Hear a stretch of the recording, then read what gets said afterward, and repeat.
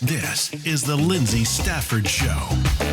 All right, welcome back to the Lyndsay Stafford Show for another episode here featuring the best in Williamson County. And today's episode, we have Erika Sanchez with Healthcare Call Center here as my guest. And she's got a really unique business, so you're going to want to listen to this.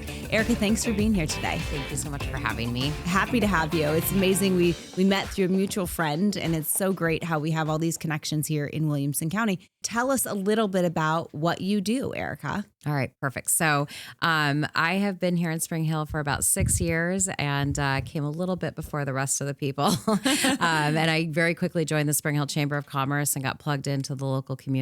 And we have an amazing business community here, especially small business, which is how I met our mutual contact. And I worked locally in marketing healthcare for a couple years. And after that, we maxed out a couple doctors. They had grown as much as they wanted to. And I started looking at what I was going to do next and ran across this company. Met the owner, really liked him, felt like he had a lot of great background. He comes from Uber. He was a VP at Microsoft. And I came in under sales. And we started as a marketing agency. We did okay at it. We worked with doctors, mostly chiropractors at the time. And we had a call center. It did okay. And from my experience in working in a clinic, we were not doing that great. So we decided, let's relook at how we're doing this. And so I hired our first stay-at-home mom. She actually lived here in Thompson Station, and she was booking. We went from like a 7 to 10% book rate to a 50% book rate. And so we just started getting a really great product. So we now have 17 women who are all stay-at-home moms.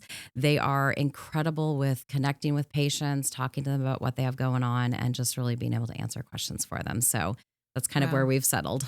So explain what the business does. Yeah. So we work with, I would say, primarily plastic surgeons, a lot of reconstruction surgery, dental offices, and IVF reproduction clinics. We also work with some other medical offices, but if they're running ads to get the word out about new patient exams, new patient visits, they will then, the person will fill out their form, name, phone number, email, and it'll then come into my team immediately. So then my team works to get a hold of them and get them scheduled to bring them into the office. Okay, awesome. Yep. So other companies will hire your company to be support staff. Exactly. Like another arm for them, essentially. Yeah. Okay, awesome. So what inspired you to start a business focused on helping medical practices improve patient communication and lead management? Yeah. So when I worked at a chiropractic clinic locally here in Spring Hill. And what I saw was that doctors go to school for a really long time and they are amazing at helping people. And they run into this major problem of now I'm running a business. And there's a lot of things that they do not teach you in medical school or chiropractic or dental school. And we had such great results at growing the clinic here in town. I just thought, we can do this on a national level. And so when I took over as CEO last summer, we really started growing as a company, reaching out to people. And, when I opened the clinic here in town, it was just the doctor and I for a long time. And I got thrown at the front desk a lot. And I'm like, Doc, this is not my job. I cannot be doing all these things, all these people walking in and the phone ringing and still get in touch with my leads within 5 minutes, which is what you should do. And so this really just plugs a hole that most practices have. Yeah, that's great. So smart. What are some of the biggest challenges healthcare providers face when it comes to answering calls, scheduling appointments, and converting new patients? It's really that. It is not Timeliness. A one-man show. Yeah. It is. It's not the same job, and their front office staff gets overwhelmed, and then they burn out, and then they leave. And the whole process of hiring and training a great receptionist is hard. And when you have a great one, you want to support them properly. Yeah. And for me, I've worked from home for 15 years. I've done it before it was a thing. I homeschool my kids, and it's been able to afford me all the things that I wanted to do as a wife and mother and entrepreneur. And so when I was looking at who we were going to bring in to do it, moms just made the most sense.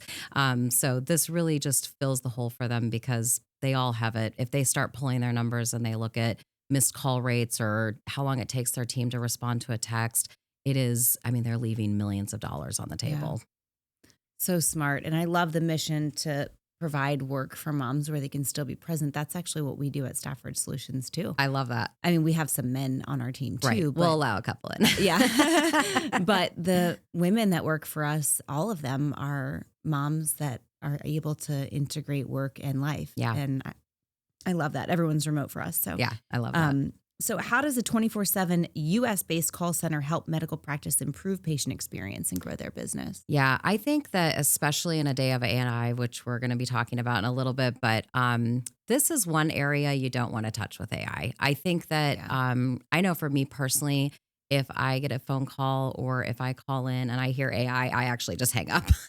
There's some industries that are more acceptable to be able to talk to AI, but when you're talking about someone who is trying to go through IVF or they have fought breast cancer and now they're looking at reconstruction, that's the wrong time and place. And so for them to be able to talk to a human, connect with them, our biggest approach is we are not saying, when do you want to come in? We're saying, what do you have going on? How long have you been dealing with that? What kind of practitioners have you seen for that? And just really connecting with them on a human level. We have a 90% show rate. Most medical offices run between 50 to 60% show rate. And I think the biggest reason for that is because we have a team that is dedicated to being able to take the time to do it. We don't charge per minute. We have a flat rate because whatever is necessary to make them feel heard and seen is what I want my team to do. I love that. We've talked about this, I think last time we were recording, Jim, we were talking about just the world is, I think it's moving fast, and with AI coming, it's here, not coming, but more stuff is coming, right? Just like every day, it's like, oh, you want to have all your content done with one photo and tell AI to make up all these photos and videos for you, and it's like, no. Where's the credibility in that? How do you know what's real and what's not real, right? But I think there is also this world that the world is craving real human contact. Absolutely. And I have said this, I had this conversation with my husband who joined me in business at the end of last year. So we've been working together for about 8 months now. Nice. And I said, I've never had more people ask me about events. Like, what kind of events do you guys do? Yeah. So we've ramped up our events because it's what people want. Yeah. And they want that human connection. They don't want the screens. It's become a premium. Yeah. I mean, and we did that really fast, right? Like, it's true. From being excited about AI doing everything, like barely a year ago, to really it being the human premium. Right. Yeah. And I think that is so important to have a personal touch. And sometimes I'll call businesses and they're like, I wasn't expecting you to call me. Yeah. What do you mean? They're like, wait, are you a person? We get that a lot. That's Is this true. a person? Yeah, somebody had an inquiry out and I called and they said, it's really nice to know that there's a person there. I'm like, yeah, I live down the street from you. Right, yeah. And I think that's important. So I love that you're able to keep that there. Yeah. So as a successful female entrepreneur, what were some of the biggest lessons you learned while building this healthcare call center?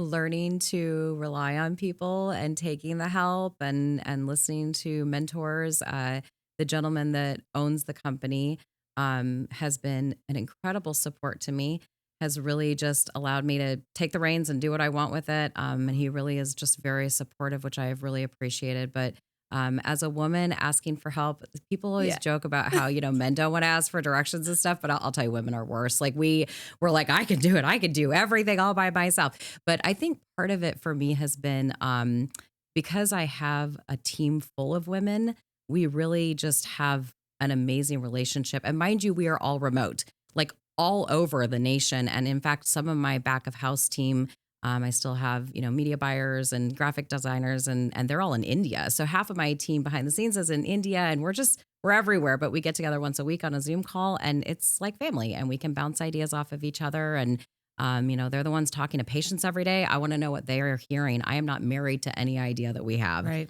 The other big support has been my husband and my kids, because I do homeschool. So they're home with me a lot. But I love them seeing that I get to do all the things that I want to do and be me and be a person first and be a great mom and be productive. And so it's been good learning to trust people more and being able to rely on people. That's awesome. Asking for help is hard for a lot of people, especially for women. And I think there's oftentimes this like, well, I don't want to bother somebody, but also I'm going to do it better. Yeah. But also, also I just don't want to be given a hard time from asking. Yeah. I'd rather just get it done myself. And I think that's such an important lesson Yeah, I agree. to be okay asking for help. And I love that you're sharing that your kids, how old are they? My oldest is about to be 15, so we're getting a permit pretty soon. My middle is almost 12, and then my youngest is 7. All girls. All girls. Yeah. Okay. Well, girls and boys are so different. They all come with their own challenges, right? That's right. But it's wonderful that you're showing them that you can be present as a mom. Absolutely. And still be a successful business person. We are thrown, as women, we are thrown into, it is not really a choice for most women if they want to work anymore.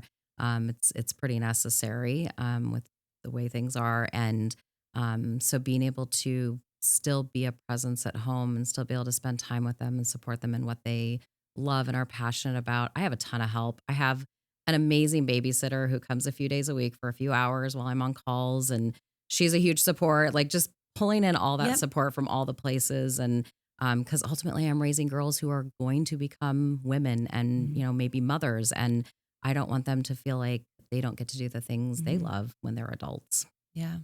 It takes a village. I'll plug one of my favorite books is Who Not How by Dr. Benjamin Hardy and Dan Sullivan. And when you said I have a lot of people, it's like, yeah, we got a lot of people. Yeah. And we have a lot of people too. Yeah. Which is great. My kids will sometimes be like, who's that? What do they do? Yeah. That's Auntie so-and-so. Yeah.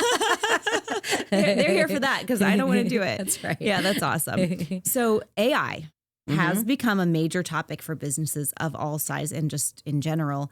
When did you first realize that AI could transform the way you operate the company, and maybe share a little bit about how you leverage it? Yeah. So the Spring Hill Chamber of Commerce 4 years ago, Angela Hardison was their director of marketing at the time. And AI had barely started being whispered. I knew nothing about it.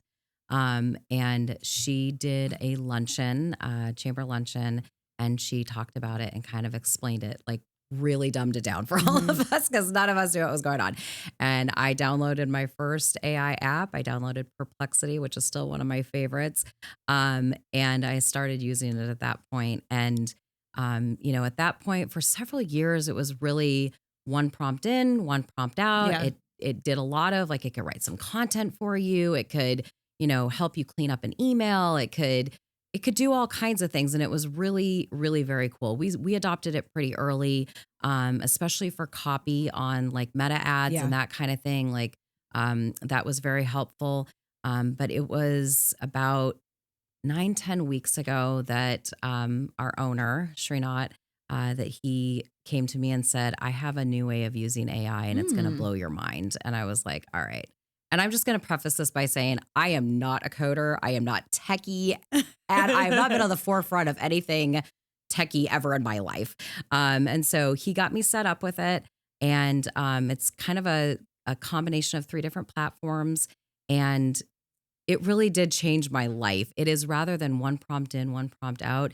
It's multiple prompts in, like all these different projects I'm working on. There are agents, the bots, that are industry leaders, and they do things and they understand things, but they're going and they are doing the tasks for you. So rather than saying write me an email, what I should say, I'll just say, send the email. And so it'll write it and it'll send it, done. It can fill in spreadsheets. It can, I have it connected to my CRM. It can move people in my pipeline. It is incredible, all the things that it can do. And so kind of moving into this newer side of things has been really exciting to see what all it can help, but it will never take over our phone conversations. Those are still patient that's first. The thing is AI is so incredible, and it can truly save so much time. So much time. Just in the time that I've been doing this podcast, the conversations about AI have evolved tremendously. I'm sure. And it's been a couple years, I think. We're up in 2 years now that we've been recording. But you have to have boundaries for what it is allowed to do and what it's not allowed to do. I want to throw out Matt Dixon's name. He's on a previous podcast. So if you're listening to this and you just heard what Erika said, you're like, well, I want to know how I can make my business more efficient with AI. Reach out to Matt Dixon. That's what he does. He's a friend and neighbor, actually. Nice. And that's what he does, is helps figure out how to be more efficient with AI, anything technology related. But that's amazing. It's incredible to think about how much more productive and efficient we can be by leveraging AI. Absolutely. So, yeah, super cool.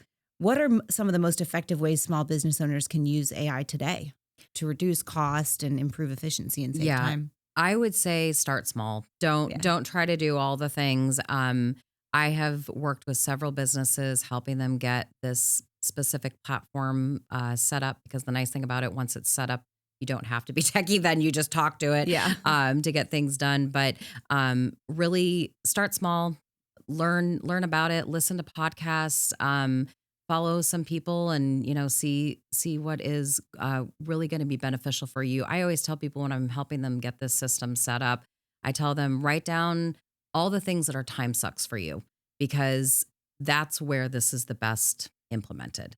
And like you said, don't do it with everything. Like, it can be connected to QuickBooks. It can be connected to your bank account. I wouldn't do that. Not sure how you feel about that. We are. I will say that people using it this way, they're saying, is about maybe 2% of the world that is using it to this extent. We are for sure teaching it. We are. It's learning from us. So I don't want it to learn from our bank statements. And so use caution with it. Know that it can do a lot, but take it one piece at a time. Find someone, a mentor, who can help you be able to kind of navigate how to best use it for your business, because no one knows your business like you do. No one knows the stumbling blocks that you have, or the bottlenecks. And so those are the things you want to use it for the most. Great answer there. Many owners are excited, business owners are excited, but also intimidated. What's the biggest misconception that you hear about AI in business? I hear a lot of people say it's coming for your job. Yeah. I hear that all the time. There's so much of that. There is so much of it. And I will say, I mean, it's happening fast. Like, we're not talking 10 years, like probably in the next 6 months to a year. And Erika, not everybody has the mentality that you and I just shared of like, there are some things that should just be a human. Yes. Sometimes it's about bottom line, not for us. I'm 100%. saying for some people don't care about that. They just think about the bottom line. I talk to doctors all the time about, working with us. And I mean, I cannot compete with AI prices. We're talking a couple hundred. I'm talking about paying U.S. employees $20 an hour for 24 hours a day, 7 days. Like, there's no way it's going to be the same thing. It's outcome though, obviously. But I think the biggest thing to remember is that even in the bot that I'm using right now and how it's doing everything for me, it is tasks. It's doing tasks. It's not replacing me and my brain and what I know our problems are. Will it get to that point? Possibly. But for right now, it is human led. There are several reiterations of things. People who are using AI and just using it and putting it out, you can see it. You can spot it 100 miles away, a ChatGPT image. All the flyers look the same now. Yes, they do. I've noticed it so much. The creativity has gone out the window. So I still employ an SEO person. I still employ graphic designers. I still employ media buyers. Can AI do all of these things? It can, but not as well as AI plus my human. Exactly. I love that phrase is, yes, AI can do it. Human plus AI can do it better. It's way better. And then you still have differentiations between different companies because they're different people led. Right. There's a local guy here, Renji Mendoza. He owns a company that he generates reviews for companies, and his prices are minimal. They're a couple $100 a month, and the results that he gets are amazing. AI can absolutely go generate reviews, but his psychology behind it and his way of connecting the businesses to their patrons, I would never ever replace that. Yeah. And I think it's important as a society, like, let it do the things that are taking, like, I am seriously saving probably 20 to 25 hours a week, every single week on like mundane tasks that I don't have to do anymore. But I will never replace things that I don't have to. So I will always use someone like Renji for reviews, and I will always tell people to. I have my SEO guy. And so I think it's so important to remember, first of all, that AI is a task bunny. Like, let it do the tasks, let it save you some time. Pulling data, analysis, those kinds of things, it's great for. reading through a 7,000 page bill that might affect your business, also super helpful. But it does not need to replace the humans. You might be able to shrink your team down a little bit. I will say though that the small businesses that I've worked with, or even medium-sized businesses, is these people are not taking other people's jobs away. They are actually just taking things off their own plate. Agreed. We have 2 graphic designers full-time that we employ, and they can handle so much more. They're much more efficient because of AI resources. Absolutely. But I'm never going to just have AI. Right. Right. It's like giving them that resource means that they can be more efficient and more effective, and ultimately we're more profitable. Yes. But it doesn't replace them. It's just another you still tool. need a person, right? Yeah. It needs to be viewed as a tool. Yes. So for a business owner listening today who wants to work smarter, scale more efficiently, and embrace new technology, which you have clearly done that as you've built this business, what advice would you give them? Find someone to work with. Find someone to break it down. I think one of the biggest things that I've learned as I've worked with local businesses and getting it set up is it doesn't have to be scary. The barrier to entry typically for most of us is I don't code. I don't know how to do those things. Like I can't do that. This is different because with the bot, after I get the system set up for a small business, you're asking it, hey, I have this idea. This is a problem I have. Is this something you could help me with? And it'll say yes or no. And then if it says yes, you say, great. How do I set it up? So as long as you can follow instructions, it's going to walk you through how to set it up. So it doesn't have to be a scary thing. The other thing is that I want businesses to remember that this levels the playing field a little bit because right now, small businesses compete with large businesses because they can afford to hire all the people. And now you can afford to hire all the people because they're agents. And the platform the combination of platforms that I use is under $300 a month. And there's no limit, no token limit. Like it's good. So it kind of levels the playing field for a small business to be able to have such an abundance of information. The other thing that I really love about it is it's like having a mentor and support. You can ask the questions that maybe you're embarrassed to ask. Like my SEO guy will send me back information. This is what I've done this month.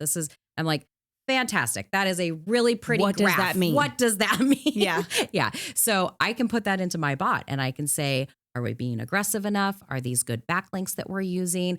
I can manage my team better because I understand their job better. And nobody is an expert at everything. So this just kind of levels the playing field for you. I love that. Yeah. What's next for Healthcare Call Center?